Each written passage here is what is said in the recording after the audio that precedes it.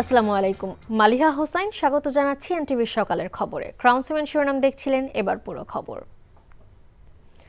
গণতন্ত্র ছাড়া কোনো ব্যবস্থাই রাষ্ট্রের জন্য কাজ করতে পারে না বলে জানিয়েছেন বিএনপি চেয়ারপারসন বেগম খালেদা জিয়া।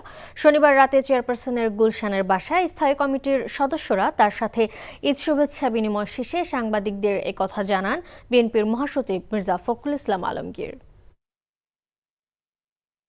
যিনি বাংলাদেশের রাজনীতিতে গুণগত পরিবর্তন এনেছেন, সেই নেত্রীর সঙ্গে যখন আমরা কথা বলি, আমাদের স্বাভাবিকভাবেই আমরা নতুনভাবে অনুপ্রাণিত বোধ করি। গণতন্ত্রের প্রতি তার যে আস্থা, তার যে অনুরাগ, এবং তিনি যে বিশ্বাস করেন যে গণতান্ত্রিক ব্যবস্থা ছাড়া কোনো ব্যবস্থাই ঠিক সেইভাবে আপনার রাষ্ট্রের উপকার করতে পারে না। এর আগে শনিবার শহীদ রাষ্ট্রপতি জিয়াউর রহমানের মাজারে শ্রদ্ধা নিবেদন শেষে বিএনপি মহাসচিব মির্জা ফখরুল বলেন, জাতীয় নির্বাচনের জন্য এপ্রিল মাস কোনোভাবেই উপযোগী নয় বলে মনে করে বিএনপি। রোডম্যাপে জনপ্রত্যাশা পূরণ হয়নি মন্তব্য করে দলের মহাসচিব মির্জা ফখরুল ইসলাম আলমগীর বলেছেন, ডিসেম্বরেই নির্বাচন হওয়া সম্ভব। ইমরুল আহসানের রিপোর্ট। পবিত্র ঈদুল আজহার দিন দলের প্রতিষ্ঠাতা শহীদ রাষ্ট্রপতি জিয়াউর রহমানের মাজারে নেতাকর্মীদের নিয়ে শ্রদ্ধা জানান বিএনপির মহাসচিব।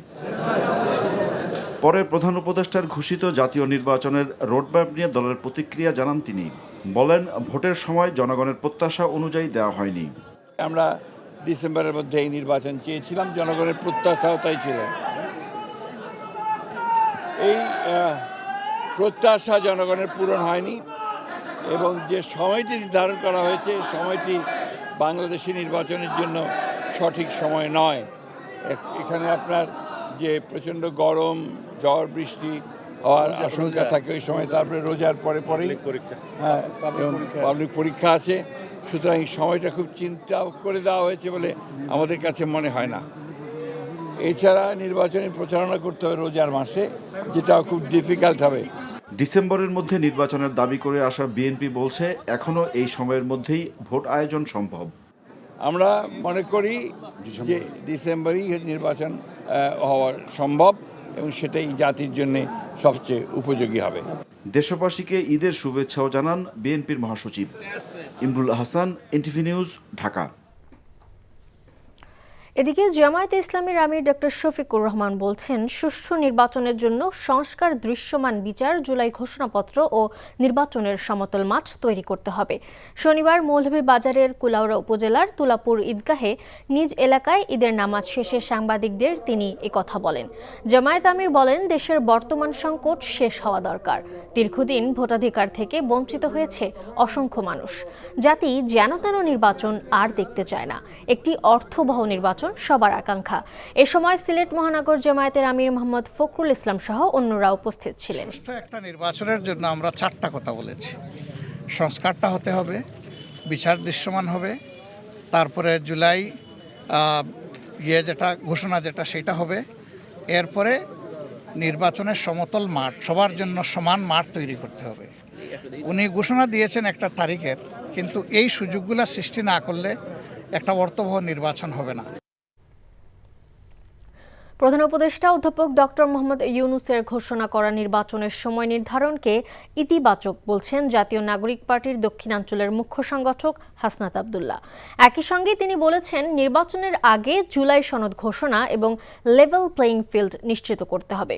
শনিবার সকালে পবিত্র ঈদুল আজহা উপলক্ষে নিজ এলাকা কুমিল্লার দেবিদ্বারে জুলাই শহীদদের পরিবারের সাথে দেখা করার সময় সাংবাদিকদের একথা বলেন তিনি। ঢাকা উত্তর ও দক্ষিণ সিটি কর্পোরেশন এলাকায় কোরবানির পশুর বর্জ্য পুরোপুরি অপসারণ হয়েছে বলে জানিয়েছেন সিটি কর্পোরেশনের কর্মকর্তারা। এর আগে শনিবার সকালে মধ্যরাতের মধ্যে কোরবানির পশুর বর্জ্য অপসারণ করার কথা জানিয়েছিলেন স্থানীয় সরকার উপদেষ্টা আসিফ মাহমুদ সজীব ভূঁইয়া। নিয়ামুল আজিজ সাদেকের রিপোর্ট। শনিবার দুপুর থেকেই নগরীতে মুষলধারে বৃষ্টি। এর মাঝে যত্রতত্র পশু জবাইয়ের কারণে নগরীর অনেক সড়কের পাশে জমে ময়লা আর পশুর বর্জ্য। প্রতিকূল আবহাওয়ার মধ্যে শুরু হয় 2 সিটি কর্পোরেশনের কোরবানির বর্জ্য অপসারণ কার্যক্রম। দুপুরে কলাবাগান এলাকায় যান স্থানীয় সরকার উপদেষ্টা। দ্রুত সময়ে বর্জ্য অপসারণের আশ্বাস দেন তিনি। ঢাকার 2টা সিটি কর্পোরেশন 12 ঘন্টার মধ্যে এবার পরিষ্কার পরিচ্ছন্নতা করার চ্যালেঞ্জ নিয়েছে। আমরা আশা করছি আজকে রাতের মধ্যেই পুরো ঢাকা পরিষ্কার পরিচ্ছন্নতার যে সিটি কর্পোরেশনের যে কার্যক্রম সেটা সম্পন্ন হবে। ইতিমধ্যে আপনারা দেখতে পাচ্ছেন যে বিভিন্ন গাড়িতে বোঝাই করে বর্জ্যগুলো নিয়ে আসা হচ্ছে এবং আশা করি যে এই বর্জ্যের কারণে ঢাকার মানুষের ঈদ আনন্দ কোনোভাবেই হ্যাম্পার্ড হবে না। পরে রাজধানীর আগারগাঁও এলাকা পরিদর্শন করেন আসিফ মাহমুদ। রাতে উত্তর সিটি কর্পোরেশনের প্রশাসক জানান বেশিরভাগ বর্জ্য অপসারণ হয়েছে। আজকের দিনে যতটুকু পরিমাণ মানে কোরবানির বর্জ্য উৎপাদিত হয়েছে ময়লা কালেক্ট করতে পেরেছে এবং ডাম্পিং করেছে। 2 সিটিতে 20,000-এর বেশি পরিচ্ছন্নতা কর্মী বর্জ্য অপসারণে অংশ নেন। Niamul Aziz Sadek, NTV news, Dhaka. সারা দেশে ঈদুল আজহার ঈদের জামাত অনুষ্ঠিত হয়েছে। এবারও কিশোরগঞ্জের শোলাকিয়ায় সবচেয়ে বড় ঈদের জামাত অনুষ্ঠিত হয়। পরে আল্লাহর সন্তুষ্টি লাভের আশায় পশু কোরবানি করেন ধর্মপ্রাণ মুসলমানরা। বিস্তারিত জীবন আহমেদের ডেস্ক রিপোর্টে। লাখো মুসল্লির অংশগ্রহণে কিশোরগঞ্জের শোলাকিয়া ময়দানে ঈদুল আজহার জামাত অনুষ্ঠিত হয়েছে। সকাল 9টায় শুরু হয় ঈদের জামাত। ইমামতি করেন জেলা শহরের বড় বাজার মসজিদের খতিব মুফতি আবুল খায়ের মোহাম্মদ সাইফুল্লাহ। ঈদ জামাতে দূর দূরান্ত থেকে মুসল্লিদের যাতায়াতের জন্য শোলাকিয়া স্পেশাল নামে 2টি বিশেষ ট্রেনের ব্যবস্থা করেছে রেলওয়ে কর্তৃপক্ষ। এদিকে দেশের দ্বিতীয় বৃহত্তম ঈদ জামাত অনুষ্ঠিত হয়েছে দিনাজপুরের গৌড়ে এ শহীদ ঈদগাহ ময়দানে সকাল 8টায়। এবারও লাখো মুসল্লি ঈদের জামাতে অংশগ্রহণ করেন। চট্টগ্রামের জমিয়াতুল ফালাহ জাতীয় মসজিদে ঈদুল আজহার সবচেয়ে বড় ঈদ জামাত অনুষ্ঠিত হয়েছে। সকাল 7:30টায় প্রথম জামাত এবং একই স্থানে সকাল 8:30টায় দ্বিতীয় জামাত অনুষ্ঠিত হয়। ইমামতি করেন জমিয়াতুল ফালাহ মসজিদের খতিব সৈয়দ আলাউদ্দিন আল কাদেরি। নগরীর উত্তর কাঠতলী এলাকার দারুস সালাম জামে মসজিদে ঈদের নামাজ পড়েন বিএনপির স্থায়ী কমিটির সদস্য আমির খসরু মাহমুদ চৌধুরী। রাজশাহীতে ঈদুল আজহার প্রধান জামাত সকাল 7:30টায় নগরীর হযরত শাহ মখদুম কেন্দ্রীয় ঈদগাহে অনুষ্ঠিত হয়েছে। সিলেটে ঐতিহাসিক শাহী ঈদগাহ ময়দানে ঈদুল আজহার প্রধান জামাত অনুষ্ঠিত হয়েছে সকাল 8টায়। এছাড়া হযরত শাহজালাল রহমতুল্লাহ আলাইহির দরগাহ মসজিদ সহ সিলেট জেলা ও মহানগর এলাকায় 2931টি ঈদগাহ, মসজিদ ও খোলা মাঠে ঈদুল আজহার জামাত অনুষ্ঠিত হয়েছে। খুলনা সার্কিট হাউস মিলনায়তনে ঈদের প্রধান জামাত অনুষ্ঠিত হয়েছে। রংপুরে ঈদুল আজহার প্রধান জামাত কালেক্টরেট ঈদগাহ মাঠে সকাল 8টায় অনুষ্ঠিত হয়েছে। এখানে একই সাথে প্রায় 40,000 লোক নামাজ আদায় করেন।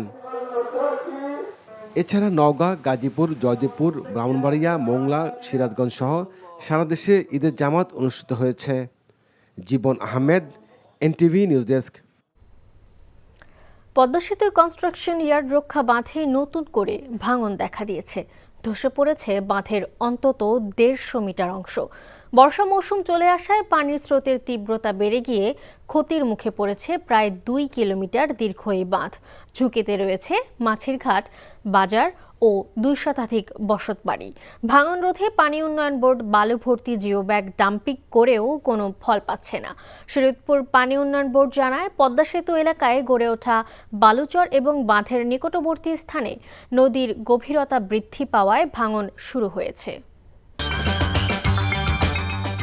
এই ছিল সকালের খবরে। এই খবরের ভিডিও সহ আপডেট জানতে ভিজিট করুন এনটিভি অনলাইন www.ntvbd.com। এছাড়াও এনটিভির জনপ্রিয় সব অনুষ্ঠান ও খবরের আপডেট জানতে ভিজিট করুন আমাদের ইউটিউব ও ভেরিফাইড ফেসবুক পেজ। ধন্যবাদ সবাইকে।